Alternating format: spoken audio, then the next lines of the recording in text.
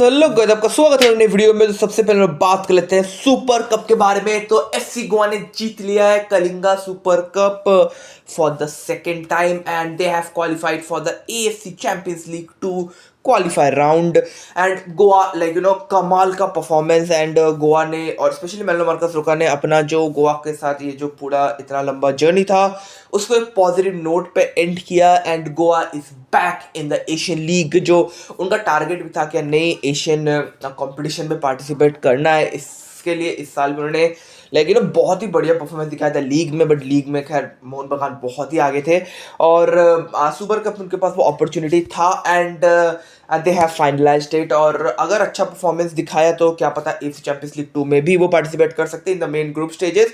वरना एएफसी जो challengers league है उसमें तो Goa literally they can be one of the major contenders for winning that. क्योंकि वो थोड़ा सा लेस कॉम्पिटिटिव होता है, बहुत कोई बड़े क्लब्स वहाँ पे है नहीं। अब उसमें डिपेंड करते हैं क्योंकि नेक्स्ट सीजन मेलो मार्कस का रहने नहीं वाले एज अ कोच, तो वो थोड़ा सा एक नेगेटिव पॉइंट है।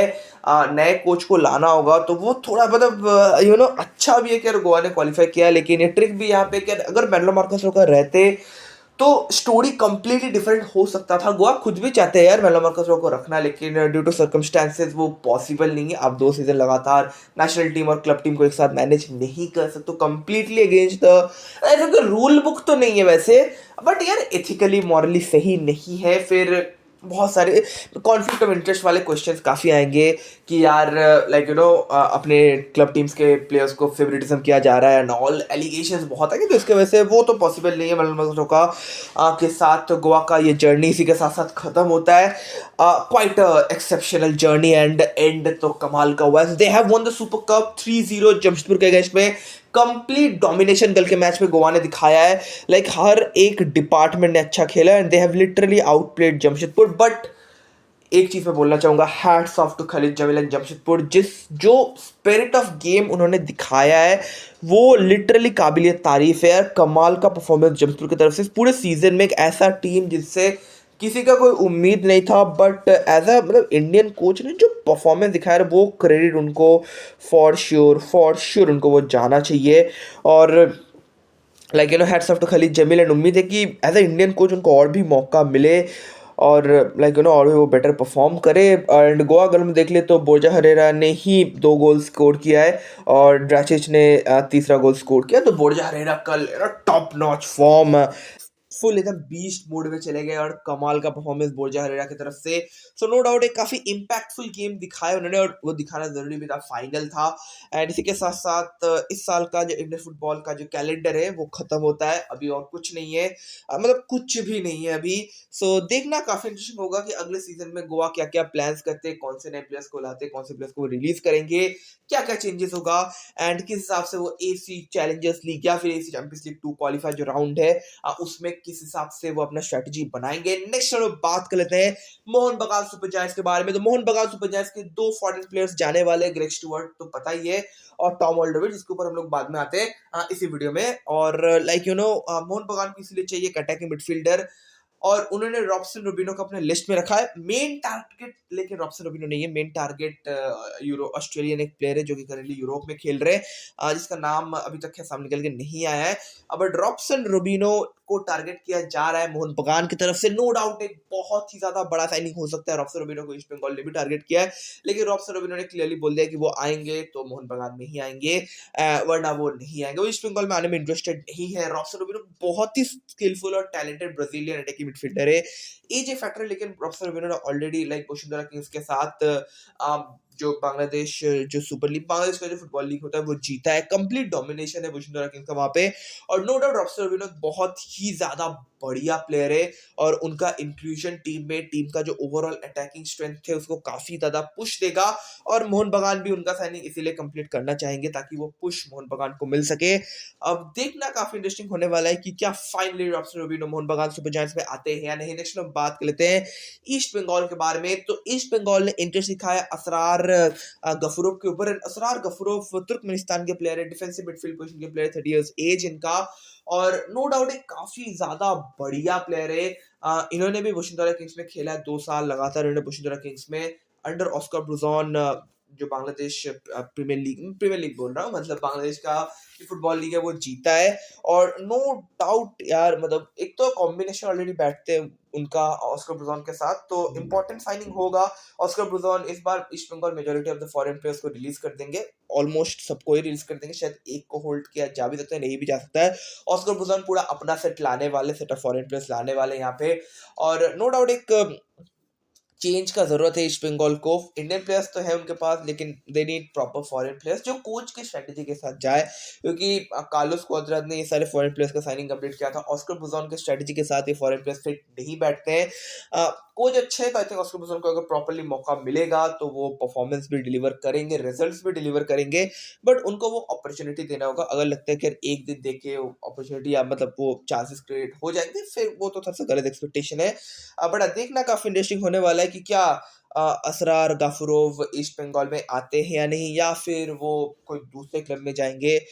जो भी होगा आपको इस चैनल में सारे अपडेट्स मिल जाएंगे, तो चैनल को सब्सक्राइब जरूर कर लेना। नेक्स्ट में बात कर लेते हैं बैंगलोर एफसी के बारे में। तो टॉम ऑल्डरवुड बैंगलोर एफसी में जा सकते हैं, काफी हाई चांस है, जो मैंने पहले ही बताया था। मोहन बगान इनको रिलीज कर रहे हैं, तो टॉम ऑल्डरवुड बैंगलोर में अगर जाते हैं तो यार अच्छा डील होगा। डिफेंस में उनको एक सॉलिड डिफेंडर मिल जाएगा, जिनका इस सीजन का परफॉर्मेंस हम सबने देखा है, बहुत ही तगड़ा परफॉर्मेंस था। डेफिनेटली एल्बर्टो रॉड्रिगेज का सपोर्ट था उनको, बट एज अ प्लेयर बहुत सॉलिड प्लेयर है।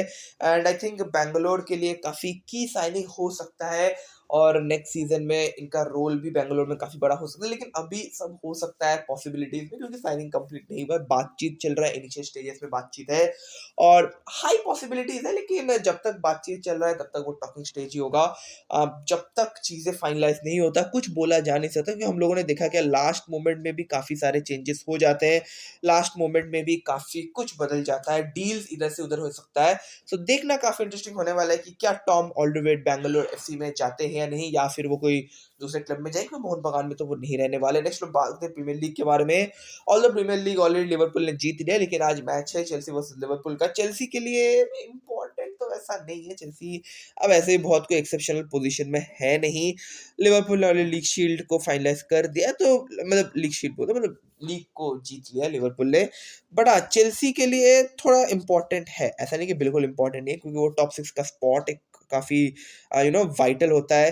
करेंटली 5th पोजीशन में है, तो लाइक चैंपियंस लीग के स्लॉट में है, लेकिन जीतना होगा, क्योंकि नॉटिंघम फॉरेस्ट भी बिल्कुल ही क्लोज है, एस्टन विला भी बहुत क्लोज है। तो ये क्लब्स चेल्सी को चैंपियंस लीग स्लॉट से नीचे घसीट के यूरोपा लीग के स्लॉट में, कॉन्फ्रेंस लीग के स्लॉट में, कॉन्फ्रेंस लीग नहीं होगा बट यूरोपा लीग के स्लॉट में ला ही सकते हैं। गुड पॉसिबिलिटी है। देखना काफी इंटरेस्टिंग होगा कि इस मैच का रिजल्ट फाइनली क्या होता है। और ये मैच है आज रात को 9 बजे। नेक्स्ट बात कर लेते हैं ला लीगा के बारे में। तो ला लीगा में आज मैच है रियल मैड्रिड वर्सेस सेल्टा विगो। अब रियल मैड्रिड के पास इस सीजन में ज्यादा कुछ बचा नहीं है, क्योंकि नहीं बचा यार, हो गया जो होना था। सिर्फ ला लीगा ही बचा है, जिसमें भी चांसेस काफी कम नजर आ रहे हैं। करेंटली सेकंड पोजीशन में है, ये मैच 5:30 बजे है, आज दोपहर के शाम के टाइम को बेसिकली। और डिफरेंस बहुत हो चुका है बार्सिलोना के साथ, करेंटली ही 7 पॉइंट्स का डिफरेंस है। एक मैच कम खेला, लेकिन जीतेंगे भी, फिर भी 4 पॉइंट का डिफरेंस रहेगा। बार्सिलोना अलग ही फॉर्म में, ज्यादा मैचेस भी बाकी नहीं है, सिर्फ और 4 मैचेस, मतलब रियल मैड्रिड के 5 मैचेस और बार्सिलोना के 4 मैचेस बाकी है। और बार्सिलोना के भी ऐसे इजी ओपोनेंट से, बहुत कोई डिफिकल्ट ओपोनेंट नहीं है। और आप देख लो, एक तो एल क्लासिको होगा, वो एक है, बाकी एस्पेनियोल, विलारियल और एथलेटिक क्लब इजी ओपोनेंट्स। अगर बाई चांस जो बार्सिलोना का फॉर्म में लग नहीं रहा है, लेकिन अगर बाई चांस एल क्लासिको, क्योंकि एल क्लासिको कुछ बोला नहीं जा सकता, रियल में जीत भी जाते हैं, फिर भी बार्सिलोना के पास एक्स्ट्रा 1 पॉइंट का एज रहेगा। वल्नरेबल एज होता है, लेकिन कुछ भी हो सकता है वहां पे। सो देखना काफी इंटरेस्टिंग होगा कि क्या होता है आज का result real Madrid versus Celta Vigo match में। नेक्स्ट लोग बात कर लेते हैं कार्लोस एंजेलोटी के बारे में। तो रियल मैड्रिड, मतलब एंजेलोटी ने खुद ही बोल दिया कि रियल मैड्रिड छोड़ के जा रहे हैं, बट फ्लोरेंटिनो पेरेज ने बोला कि नहीं, अभी आपका 1 साल का कॉन्ट्रैक्ट है, वैसे नहीं जा सकते हो। और ब्राजील में वो जाना चाहते हैं, ब्राजील के हेड कोच वो बन सकते थे, अभी भी है, बन सकते अभी भी है, लेकिन ब्राजील ने भी 2 हफ्ते का एक विंडो दे दिया कि आपको जो भी डिसीजन लेना है 2 हफ्ते के अंदर लेना है, क्योंकि ब्राजील के पास करेंटली कोई कोच नहीं है प्रॉपर्ली। तो वो एक दिक्कत है। सो आई थिंक डिसीजंस बहुत जल्दी आएंगे, लेकिन अभी के लिए ये थोड़ा सा इसी सिचुएशन में अटक चुका है कि एंजेलोटी कहाँ जाने वाले, क्या वो रियल मैड्रिड में रहेंगे, लगता नहीं है। ब्राजील में जाएंगे, मुझे लगता नहीं कि अभी वो होने दिया जाएगा। बट एंजेलोटी रियलम छोड़ के जा रहे हैं, ये काफी हद तक कंफर्म है। इस सीजन में ही जा रहे हैं मोस्टली, वो खुद छोड़ के जाना चाहते तो उनको ऐसे जोर जबरदस्ती पकड़ के रखने का कोई पॉइंट बनता नहीं है। लेकिन कार्लोस पेरेस चाहते हैं, मतलब फ्लोरेंटिनो पेरेस चाहते हैं बेसिकली कि जब तक सीजन खत्म नहीं होता तब तक वो एटलीस्ट रहे, 4 मैचेस अभी बाकी है, लीग शील्ड जीतने का अभी भी अपॉर्चुनिटी है उनके पास।